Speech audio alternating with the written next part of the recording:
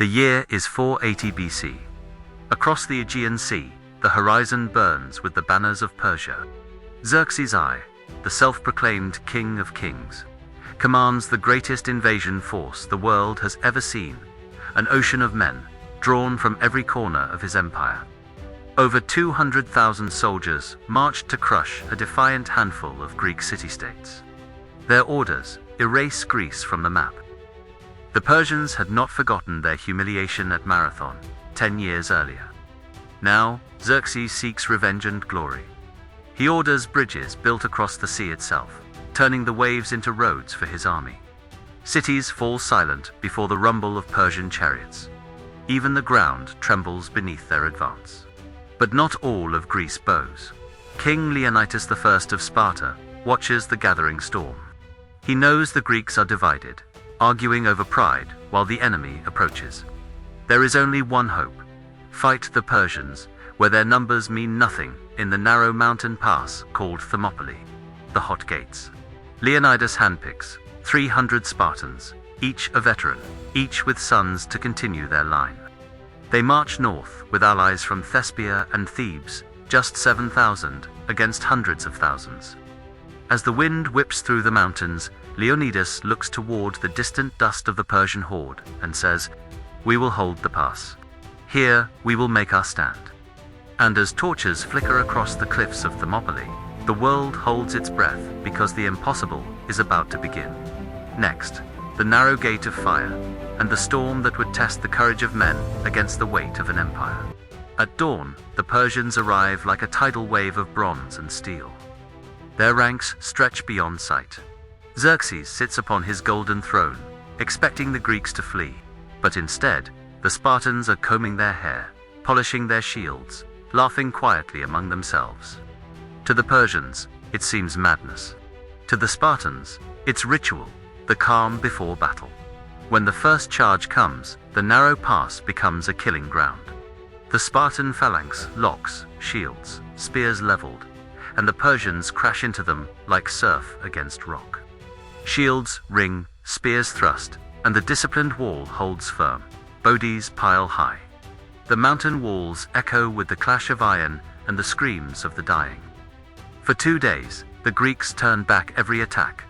Even Xerxes' elite, the immortals, are broken. Persian arrows darken the sky, but the Spartans fight in the shade. Each time Xerxes throws more men forward, the pass drinks their blood. But on the second night, treachery strikes. A local Greek named Ephialtes betrays his homeland, revealing a hidden goat path that winds around the mountains to the Greeks' rear. The moment Xerxes has waited for, Leonidas learns of the betrayal. He gathers his men, the torches flickering on their bronze helmets. They know what's coming and they know they cannot leave. Next, the morning of destiny. 300 stand where none can survive. As dawn breaks, the Spartans stand ready. Leonidas dismisses most of the allies, sending them home to fight another day. But the 300 Spartans, 700 Thespians, and a few Thebans stay behind. They have chosen to die free. The Persians sweep down from both sides, the air thick with dust and fear. The Greeks surge forward one last time, roaring their battle cry, Molon Labe, meaning come and take them. Spears snap, shields shatter, but they fight on, shoulder to shoulder. Leonidas fights at the front until he falls, pierced by Persian arrows. His men rally around his body, refusing to retreat.